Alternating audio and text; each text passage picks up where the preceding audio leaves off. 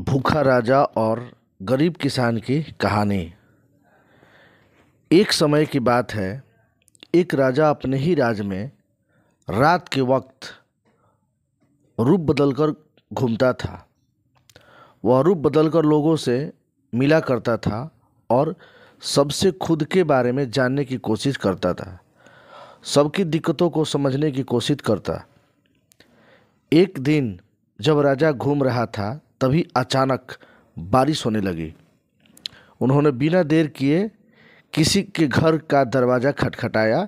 दरवाज़ा खटखटाने के बाद अंदर से एक गरीब किसान निकला। वह घर में अपनी पत्नी और बच्चों के साथ रहता था। बारिश बहुत तेज़ थी, इसलिए किसान ने राजा को अपने घर के अंदर बुला लिया। राजा ने घर के अंदर जाने के बाद किसान से बोला, क्या मुझे कुछ खाने को मिल सकता है? मुझे बहुत भूख लगी है।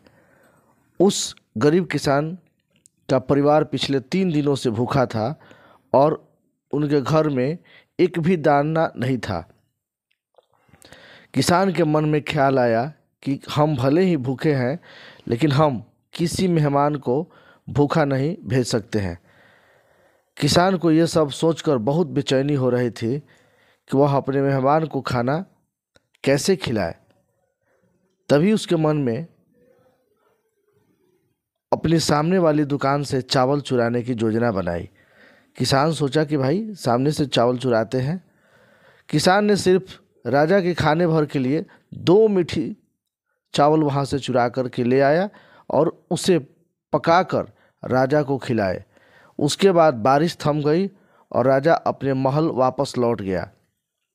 अगले दिन दुकान के मालिक ने अपने अनाज की चोरी की शिकायत राजा के दरबार में की।